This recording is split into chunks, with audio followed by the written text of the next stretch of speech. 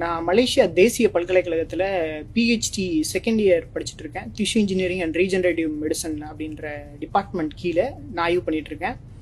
என்னுடைய ஆய்வு என்பது ஹியூமன் பிரெயினை எஸ்டாப்ளிஷ் பண்ணி அதுக்கு வயசு வர வச்சு வயசுனால என்ன பிரச்சனைகள் வருது அப்படின்றத புரிஞ்சுக்கிட்டு அதுக்கு ஸ்டெம் செல் ட்ரீட்மெண்ட் கொடுக்கறது தான் என்னுடைய ஒரு ஆய்வு. இது மனித குலத்திற்கு ஒரு முக்கியமான ஆய்வு. நரம்பியல், மூளை சம்பந்தமான நோய்களையும் வயதாகிறதுனால வரக்கூடிய பிரச்சனையும் புரிஞ்சுக்கக்கூடிய ஒரு முக்கியமான ஒரு ஆராய்ச்சி. இந்த ஆராய்ச்சிக்காக நான் 2025 வந்து மலேசியா வந்தேன். அண்ணல் அம்பேத்கர் அயரக உதவி திட்டத்தின் கீழே நான் அந்த திட்டத்தின் கீழே தான் நான் இங்கே வந்தேன். கடந்த 2025க்கான tuition fees, living expenses, other fees, books, அதுக்கான செலவுகளை 2025 எனக்கு கொடுத்துட்டாங்க. அதாவது செகண்ட் இயருக்கு இந்த ஆண்டு 2026க்கு எனக்கு அரசுகிட்ட இருந்து எந்த ஒரு ஹெல்ப்பும் வரலை. குறிப்பாக ரிசர்ச்சுக்கு எந்த ஒரு ஹெல்ப்பும் வரலை.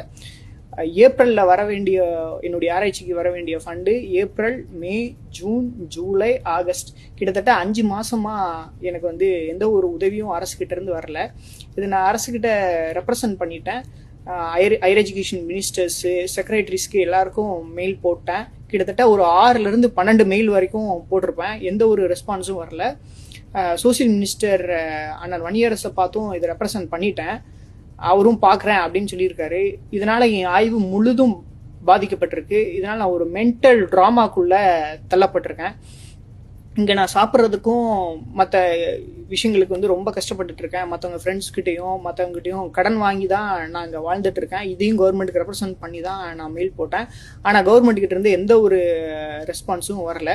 ஆனால் அம்பேத்கர் உயரக கல்வி திட்டத்தில் போன ஆண்டு போன மாணவர்களுக்கு இப்படி ஒரு சிக்கல் இருக்குது. இன்னும் நிறைய ஸ்டூடெண்ட்ஸ்க்கு இந்த மாதிரி ஃபண்டு வரல. இதை ரெப்ரசன்ட் பண்ணிட்டோம். ஆனால் அரசுகிட்ட இருந்து எந்த ஒரு நடவடிக்கையும் எங்களுக்கு வரல. 16 பேர் விசா ரிஜெக்ட் ஆயிருக்கு. என்ன ரீசன்னா, யூகே கவர்மெண்ட் கொண்டு வந்த சேஞ்சஸ்னால ஸ்டேட்டோட ஸ்காலர்ஷிப்ஸ் அக்செப்ட் பண்ணிக்க முடியாது, யூனியன் கவர்மெண்டோட ஸ்காலர்ஷிப்ஸ் மட்டும்தான் அக்செப்ட் பண்ணிக்க முடியும் அப்படின்னு சொல்லிட்டாங்க. இப்படி இருக்க சூழ்நிலையில் போகாத ஸ்டூடெண்ட்டை போனதா சொல்லி எப்படி மாறு தட்டி சொல்லிக்கிறீங்க? இதுவே இந்நேரம் திமுக 316 பேரை அனுப்பலை அப்படின்னா என்ன ஆயிருக்கும்னா, 316 தலித் மாணவர்களின் வாழ்க்கையை நாசமாக்கிய திராவிட முன்னேற்ற கழகம் அப்படின்னு ப்ளூ ஃப்ரண்ட் லைனில் வந்திருக்கும் நச்சுன்னு.